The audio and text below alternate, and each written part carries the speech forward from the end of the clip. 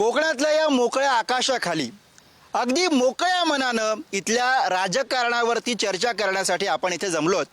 आपण आज आहोत सावंतवाडी मतदारसंघामध्ये आणि या मतदारसंघाविषयी सगळ्यात आधी सगळ्यांना आपण सांगूयात की सावंतवाडी हा मतदारसंघ 3 तालुके यामध्ये येतात. दीपक केसरकर जे शिंदेंच्या शिवसेनेसोबत आहेत ते इकडचे विद्यमान आमदार आहेत. 3 वेळा ते आमदार झालेले आहेत आणि आता चौथ्यांदा कदाचित ते निवडणुकीच्या रिंगणामध्ये असतील. ते मंत्री आहेत, कॅबिनेट मंत्री आहेत, त्यासोबतच कोल्हापूर आणि मुंबईचे ते पालकमंत्री आहेत. 8 वर्ष ते आमदार राहिलेले आहेत एकूणच त्यांच्या 15 वर्षाच्या आमदारकीच्या काळामध्ये. त्यामुळे अर्थातच इथल्या सगळ्या मतदारांकडनं या 15 वर्षांच्या मोठ्या काळामध्ये त्यांच्याकडनं मोठ्या अपेक्षा असतील. त्या सगळ्याची पूर्तता झाली आहे का याविषयी चर्चा करण्यासाठी आपल्यासोबत काही स्थानिक नेते आहेत. त्यांची ओळख आधी आपण करून घेऊयात. डावीकडनं आपण पुढे जाऊ. मनसेकडनं ॲडव्होकेट अनिल केसरकर जिल्हाध्यक्ष आहेत ते पक्षाचे, ते आपल्यासोबत आहेत.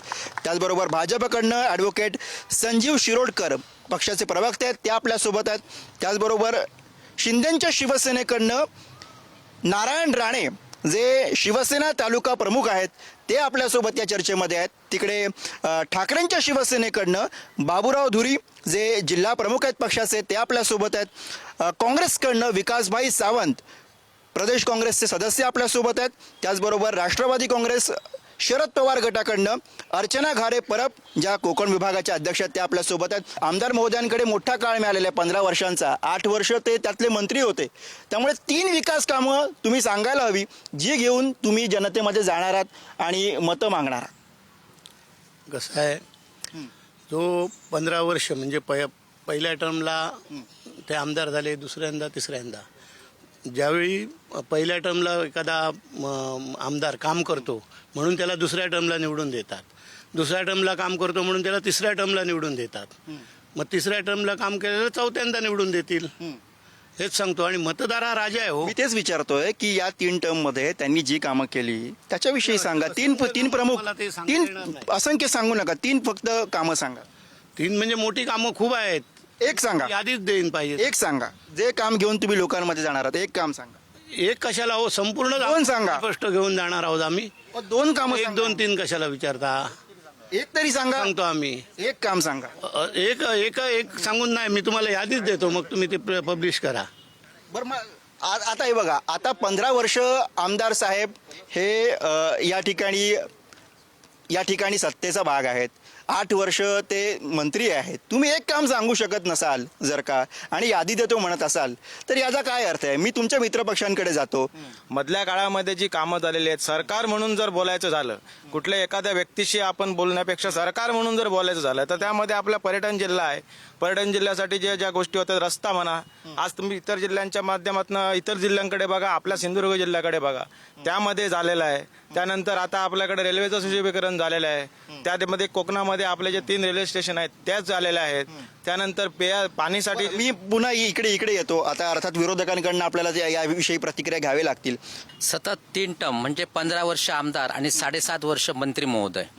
सर्वात मोठा कार्यकाल त्यांना मिळाला, पण सर्वात अपयशी अशा प्रकारची कारकीर्द सन्माननीय दीपकभाई केसरकर यांची झाली.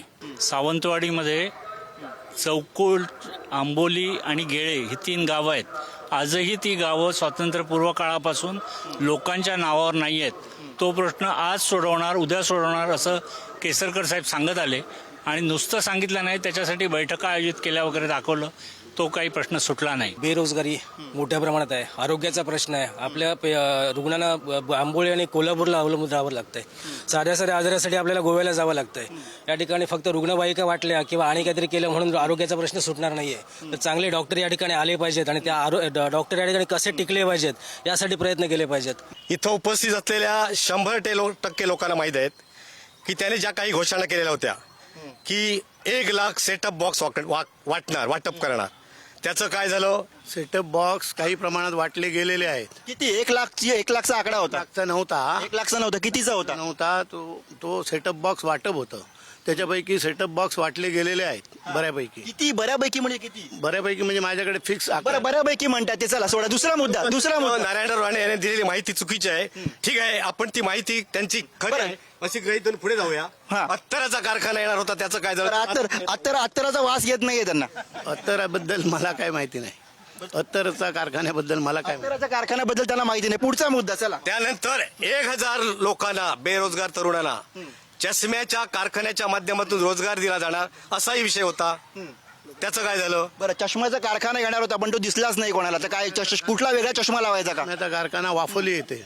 तर वाफोलीचा कारखाना तो एका वादळी ह्याच्यामध्ये त्याचं स्ट्रक्चर पडलं. ऐका, स्ट्रक्चर पडलं. तो कारखाना आता नव्याने उभारलेला आहे. तो आता लवकर चालू होईल. 15 दिवसापूर्वीच्या सगळ्या प्रिंट आणि इलेक्ट्रॉनिक मीडियामध्ये आढाळीच्या या सगळ्या जी MIDC आहे तिथं काही याच्यामध्ये आपल्या औषधी निर्मितीमध्ये जे काही कारखाने येणार आहेत अशा प्रकारची एक जाहीर प्रेस घेतली गेली. आणि हा अतिशय धादांत खोटा प्रकार हा माननीय दीपक भाईंनी केला. कारण जो प्रकल्प त्या ठिकाणी आणणार असं म्हणाले फार्मास्युटिकलचा, त्या प्रकल्प हा तिथे येऊ शकत नाही कारण ती ग्रीन MIDC आहे. आणि त्याचा प्रदूषण जो इंडेक्स आहे तो प्रदूषण इंडेक्स ग्रीन MIDCचा 21 ते 41 आहे आणि रेड MIDCचा 96 आहे. त्यामुळे राष्ट्रपतींनी ठरवलं तरी तो प्रकल्प तिथे येणार नाही. त्यामुळे त्या दिवशी त्यांनी जाहीरपणे कुठच्या तरी उद्योजकांकडून केलेली धूळफेक होती, हे सत्य आहे. आता कसं आहे, आम्ही आता त्यांच्या मित्रपक्षामध्ये आहोत, परंतु वस्तुस्थिती अशी आहे की नोंद घेण्यासारखं असं काम झालेलं नाही. वस्तुस्थिती खरी बोलायला मी काय घाबरत नाही. आम्ही कोणाचे गुलाम नाही ना. आम्ही कोणाचे गुलाम नाही, स्पष्ट आहे. आणि दुसरी गोष्ट अशी आहे, तुम्ही मला संधी देत असं बोलतो, भारताच्या अर्थव्यवस्थेमध्ये अशी वाईट परिस्थिती निर्माण झाली आहे की गोरगरिबांची जी डिपॉझिट होती ती 6% जर त्यांना कर्ज व्याज द्यायला लागले तर जनतेचा पैसा बँकेत येत नाहीये आणि बँकांना आता भीक मागावी लागते कर्ज रोखे काढून. ही वाईट परिस्थिती केंद्र सरकारने केली. याच्यामध्ये सुधारणा नाही झाली तर हे अर्थव्यवस्था पूर्णपणे कोलमडणार. मग मला एक सांगा, त्या अर्थव्यवस्थेला मजबूती आणण्यासाठी महायुती सरकारनं लाडकी बहीण योजना आणली का? त्या ह्याच्याशी काय संबंध नाही म्हणजे तिजोरीवरती काही भार वगैरे बरोबर, नक्कीच भार पडणार आहे. सरकारी नोकऱ्यांचे पगार होणार नाही. सगळ्यात महत्वाचा हा विषय आहे की 5 वर्षापूर्वी सन्माननीय दीपक भाईंनी जाहीर केलं होतं की ही माझी शेवटची निवडणूक आहे, यानंतर मी निवडणूक लढणार नाही. आता असं काय घडलं की पुन्हा ते इच्छुक झाले? ते आता ते काय म्हणतात याच्याशी मला काय माहिती नाही. म्हणजे ते नव्हते म्हणले नाही. खरं म्हणजे आता बघायला गेलं ना तर दीपक भाई गेल्या 15 वर्षात विकास केला पण तो अदृश्य केला. म्हणजे साक्षात त्यांचे हे नवीन आहे काहीतरी, हे नवीन आहे. ते म्हणतात हे नवीन आहे. इथे जे ऐकतं ते म्हणतात की विकास केला पण तो अदृश्य विकास केला. ते तालुका प्रमुख त्यांचे सांगू शकत नाही. साक्षात परमेश्वर उतरले तरी त्यांचा एकही विकास कम सांगू शकत नाही. दीपक भाई तर सांगू शकत नाही. त्याच्यात त्यांनी काय केलं, सेटअप बॉक्स तो आपल्या घरी बसवला आणि ते केसमाचा कारखाना स्वतः आपण घातलं. त्याच्यामुळे तो सेटअप बॉक्स चालू केला आणि केसमा लावला की त्यांना तो विकास दिसतो. म्हणजे असेल मल्टीस्पेशालिटी हॉस्पिटल झालंय, आपण एरोप्लेन मध्ये फिरतो आणि त्यांनी चांदा ते बांधा योजना आणली. म्हणजे त्यांना पहिलं कसं होतं, आता तुम्ही मगाशीच प्रश्न विचारला की मागचे 15 वर्ष ते आमदार आहेत आणि पार्सेकर साहेबांनी सांगितलं की माझी शेवटची इलेक्शन. आम्ही त्यांच्यावर 10 वर्ष काम केलंय. त्यांचं कसं होतं, मी पुढच्या टायमाला लढणार नाही पण त्याचं मला आता आमदारकी मिळाली, मला राज्यमंत्री झालो तर मी विकास करू शकतो. नंतर त्यांना राज्यमंत्री उद्धव साहेबांनी केलं. आता म्हणाले मला कॅबिनेट मंत्री दिलं तर मी विकास करू शकतो. कॅबिनेट देऊन सो विकास केला नाही आणि आता ते म्हणतात त्यांना माझ्या मते पंतप्रधान नाही तर मुख्यमंत्री नाही तर पंतप्रधान केलं पाहिजे तर ते विकास करू शकतात. आणि त्यात आणि एक त्यांचं हे आहे की 15 वर्ष त्यांनी अशीच खाल्ली, फक्त गाजर देतात. म्हणजे हे सगळं ऐकल्यानंतर आपल्या लक्षात म्हणजे जे प्रेक्षक टीव्हीवरती आपल्याला बघत असेल त्यांना लक्षात आलं आपण कोकणात आहोत याचा पुरावा. आणि कोकणी लोक कसे आहेत, साधे आहेत. त्यांना एकाद्र गाजर दिला इलेक्शनच्या तोंडावर तर लोक आपले भोळे भावडे आहेत. दहशतवादचं पांघरून पाखरून त्यांनी सगळं बरं केलं आणि त्याच्यात कसं आहे त्यांचं सगळ्यांबरोबर जुळतं. एकीकडे राणे साहेबांना इथे विरोध करायचा, त्यांचा कट्टर विरोधक म्हणून अर्थातच ओळख राहिलेली आहे केसरकर साहेबांची आणि त्यांचा दहशतवाद संपवायचा असं सगळं म्हणत असताना आज त्यांची मदत घेण्याची वेळ येणार आहे. या सगळ्याकडे तुम्ही कसं बघता? तिसरीकडे तिकडे निलेश राणे धनुष्यबाण चिन्हावरती लढतील अशी सगळी चर्चा आहे. मुळात आता ते अमित परब जसे बोलले किंवा काही बीजेपीची लोक बोलली की या ठिकाणी सगळी मिसळ झालेली आहे. आता इथे सुद्धा मिसळच आहे, कोण कोणात आहे तेच कळत नाहीये आणि चव कोणामुळे लागते तेही कळत नाहीये. खरोखर तेच कळत नाहीये आणि कोण कोणाच्या विरुद्ध बोलतोय ते पण कळत नाहीये. हे सगळे लोक एकत्र काम करत होते पूर्वी आणि आता एकामेकाची उणी धुणी काढतायत. मी तर मगापासून इथे सत्ताधारी पक्षाकडनं कोण आहे ते शोधतोय. नाही ते आम्ही पण त्यामुळे ह्याच्या पुढे महाराष्ट्र नवनिर्माण सेनेशिवाय पर्याय नाही आणि सन्माननीय राजसाहेबांशिवाय पर्याय नाही आहे एवढं ठामपणे या ठिकाणी मी सांगतो. वेंगुर्ल्यामध्ये पर्यटनासारखा प्रोजेक्ट असेल, वॉटर ब्रेक सारखा प्रोजेक्ट असेल, ज्यामुळे हजारो पर्यटक आज वेंगुर्ल्याकडे आकर्षित आहे. तो झुलता पूल असेल, आडाळीचा प्रश्न असेल, वेंगुर्ल्यामध्ये होणारा जो दीपगृहाचं काम असेल, असे बरेच रस्ते केलेले आहेत. आणि सर्व मी मगाशी म्हटलं लिमिट मी क्रॉस करू इच्छित नाही. सगळे म्हणतात असं होणार तसं होणार. ही परशुराम भूमी आहे. रेडीगंगाच्या काठापासून ते आंबोलीपर्यंत परशुरामांनी ज्या धनुष्याने बाण समुद्र पाठी अटवला ते धनुष्यबाण दीपकबाईंकडे आहे. दीपकबाई हे येणार. आंबोलीच्या विकासाचं काय झालं, ज्याचा उल्लेख तुम्ही केला त्याच्या विकासाचं काय झालं? आंबोलीच्या विकासाचा गेय प्रश्न जो इतक्या वर्षाचा होता तो प्रश्नच आहे. नाही, तो सुटलेला आहे. सुटलेला आहे. हो. बरं, सुटलेला आहे का तो आंबोलीचा प्रश्न सुटलेला आहे का? जमीन वाटप सुरू झालेलं आहे. बरं, उत्तर घेतो ना. ह्या मतदारसंघात वेंगुर्ला, सावंतवाडी आणि दोडामार्ग हा जो मतदारसंघ आहे ह्या मतदारसंघामध्ये हे महात्मा फुलेचं जे एकमेव सिंगल स्पेशालिटी हॉस्पिटल डॉक्टर खानोलकरांचं आहे आणि उपजिल्हा रुग्णालय जे सरकारी हॉस्पिटल सगळीच घेतलेली आहेत त्याच्याखाली, पण मल्टी स्पेशालिटी खाजगी रुग्णालय असावं एखादं असं माझं स्वप्न होतं. म्हणून मी एक अर्ज केलेला 2017 आणि मी त्या 2017 पासून कॉन्स्टंटली त्या गोष्टीच्या पाठीमाग आहे. सगळ्याच लोकप्रतिनिधींना मी भेटलो. भाईंकडून पण लेटर मला मिळालं आणि ते तानाजी सावंतच्या ऑफिसमध्ये जाऊन त्यांचा आम्ही पाठपुरावा पण करण्याचा प्रयत्न केला. त्यानंतर महात्मा फुलेच्या ऑफिसमध्ये पण जाण्याचा मी प्रयत्न केला. एक डॉक्टर म्हणून मी माझं हॉस्पिटल सोडून सारखं वारंवार धावू शकत नाही. गद्दारीवरनं, खोक्यांवरनं वारंवार घोषणा दिल्या जातात, तसे आरोप केले जातात. तीच टीका खरं तर इथल्या आमदार महोदयांवरती सुद्धा होते. या सगळ्यांना खऱ्या अर्थानं उत्तर देण्यासाठीची संधी म्हणून तुम्ही निवडणुकीकडे बघताय का? हे बघा, गद्दारी हा विषय कित्येक जणांना लागू पडतो. म्हणजे जसा कोणाला कोण इथे आहेत, अनेक पक्षातून आले. आम्ही पूर्वी काँग्रेसमध्ये होतो, राष्ट्रवादीमध्ये गेलो, राष्ट्रवादीमधून शिवसेनेत आलो, काँग्रेसमध्ये पुन्हा गेलो, काँग्रेसमधून शिवसेना. कोणाबद्दल सांगतो? मी माझं सांगतो नाही, इथे बसलेल्यापैकी बरेच आहेत. इथे बसलेल्यापैकी बरेच आहेत. बरं, ते काय म्हणतात? आम्ही तरी जन्माला आल्यापासून एकच पक्ष आहे, काँग्रेस. बरं, हे बघा, बोला थांबा. ठाकरेंच्या शिवसेनेकडनं प्रतिक्रिया घेतो. बोला. कोणी नाही इथे जे आहेत ते ते एवढा इतिहास सांगतात तो कोण? त्यांनाच माहित नाही ते. त्यांना विकासाची कामं नाही माहित, तर त्यांना काय माहिती आहे ते? तुम्हाला बरं हे आमचे विकासभाई नाहीत, आमचे नार्वेकर हे काँग्रेसमध्ये कायम राहिले. हे भाजप म्हणजे हे पहिली काँग्रेस होते राणेसाहेब. असं आहे ते, लपवायचं काय नाही त्याच्यामध्ये. काय बरोबर काय मग असं आता ह्यांनी सांगू नये काय असं. तुमचं काय ते दादा काहीतरी सांगतात आपल्याला. हा काय? माझा हा चौथा पक्ष. चौथा पक्ष. माझा चौथा पक्ष.